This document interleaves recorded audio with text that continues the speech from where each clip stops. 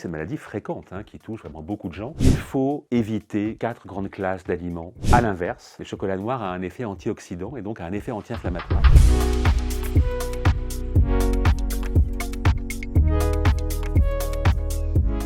Il y a près de 2,5 millions au moins de personnes qui sont concernées par l'eczéma atopique en France. On peut dire que c'est un vrai problème de santé publique. L'eczéma, c'est un terme générique qui regroupe deux maladies en fait. L'eczéma dit atopique, qui est l'eczéma un peu génétique, et puis l'eczéma dit de contact, avec une réaction exactement à l'endroit où l'allergie s'est faite. Le port d'une montre à laquelle on est allergique, du parfum qu'on met dans le cou. Et si on parle donc d'alimentation et d'eczéma, c'est bien sûr l'eczéma ou dermatite atopique qui est concerné. Dans l'eczéma atopique, on a, je dirais, plutôt une hypersensibilité à certains aliments.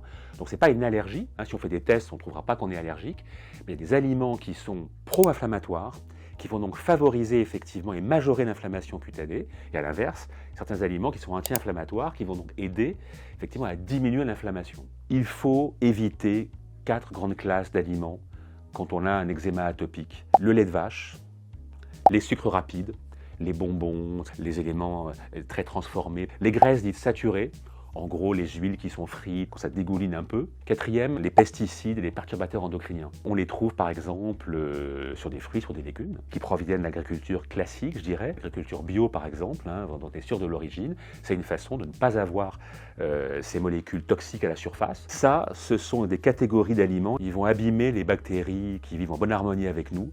Et donc certaines toxines vont passer et vont stimuler les défenses immunitaires, et comme la peau est déjà enflammée, ça va booster encore plus l'inflammation et on aggrave la situation. À l'inverse, il y a des aliments qui sont anti-inflammatoires.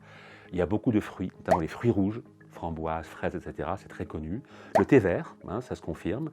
Effectivement, certains poissons, ce qu'on appelle les poissons bleus, sardines, harengs par exemple.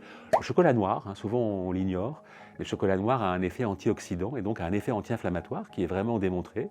Des légumes, notamment le brocoli, le gingembre, sont particulièrement connus pour ça. Il y a des épices effectivement qui sont bourrées d'antioxydants. Le curcuma par exemple est le plus connu, davantage que le poivre. Il déborde d'antioxydants, ça ne veut pas dire qu'il faut s'arracher la cavité buccale à chaque fois. Il faut toujours privilégier colza olive, c'est vraiment un message important. Il y a beaucoup d'acides gras dits polyinsaturés qui sont très sains pour l'organisme. Et tout ce qui est cuit lentement, à la vapeur finalement, c'est-à-dire quand il n'y a pas d'agression par des huiles et où les propriétés des molécules antioxydantes sont respectées, sans monter très vite de température, ce qui permet de les préserver, c'est bien sûr beaucoup plus sain. Ces aliments sont protecteurs, favorisent la restauration d'un bon microbiote intestinal et donc vont bloquer le passage des toxines et donc avoir un rôle apaisant.